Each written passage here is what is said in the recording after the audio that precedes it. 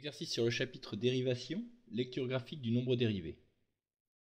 Niveau 1, temps estimé 5 minutes, c'est plutôt 2 ou 3 minutes une fois qu'on a vu cet exercice.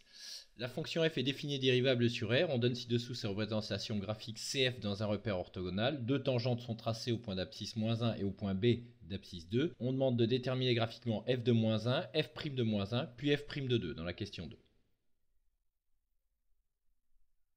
Rappel du cours, si f est défini et dérivable sur un intervalle d de R et A appartient à D, la tangente à la courbe au point A d'abscisse A a pour coefficient directeur f' de A.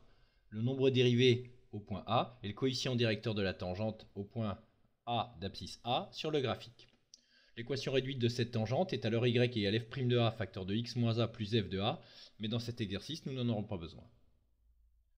Méthode: pour déterminer graphiquement f' de alpha, identifier la tangente à la courbe au point d'abscisse alpha. Autrement dit, si cette tangente n'est pas tracée, on ne peut pas faire la lecture graphique. Déterminer deux points de la tangente dont on peut lire les coordonnées avec précision, c'est-à-dire qui sont sur les intersections du quadrillage de préférence.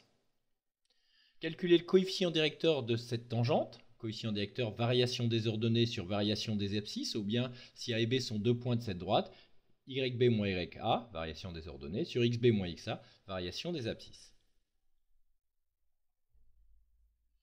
La rédaction finale, f' de alpha est le coefficient directeur de la tangente au point d'abscisse alpha, et donc f' de alpha égale m. Il suffit donc de résumer ce qui a été dit juste dans les 3 points précédents. Alors attention à ne pas confondre f' de -1 et f de -1. F de -1 est l'image de -1 par f sur le graphique, c'est-à-dire l'ordonnée du point de la courbe d'abscisse -1, ce qui a déjà été fait en seconde. Le point A donc a pour abscisse -1 pour ordonnée 3. Rédaction, la courbe CF passe par le point A d'abscisse -1 et d'ordonnée 3, et donc f de -1 égale 3. Ensuite, il faut déterminer le coefficient directeur de la droite T tangente à la courbe au point A. Elle est parallèle à l'axe des abscisses, son coefficient directeur est donc 0.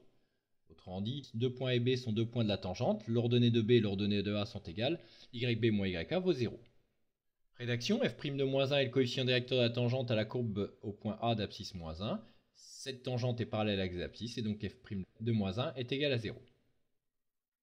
La question 2 est identique. Il faut déterminer le coefficient directeur de la tangente T' au point B d'abscisse 2. Le point B a pour coordonnées 2, 3. On peut trouver un autre point dont on peut lire facilement les coordonnées, par exemple le point C d'abscisse 1 et d'ordonnée -6. Pour aller de B à C, si on se déplace de -1 unité horizontalement, attention, le repère n'est pas orthonormé, il y a deux carreaux pour une unité sur l'axe des abscisses. On se déplace de -9 verticalement, variation des ordonnées sur variation des abscisses, -9 sur -1, donc 9, qui est le coefficient directeur de cette droite. Pour rappel, lorsqu'on a une droite orientée telle que l'est la tangente T', le coefficient directeur est positif. Si on a une droite qui, entre guillemets, descend, le coefficient directeur est négatif.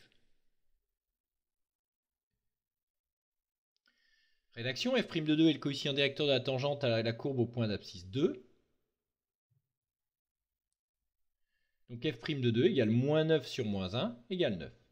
Si on utilise le rappel de cours avec les coordonnées des points B et C de la tangente, on peut faire le calcul complet, à savoir YC moins YB sur XC moins XB, et on trouve ainsi 9.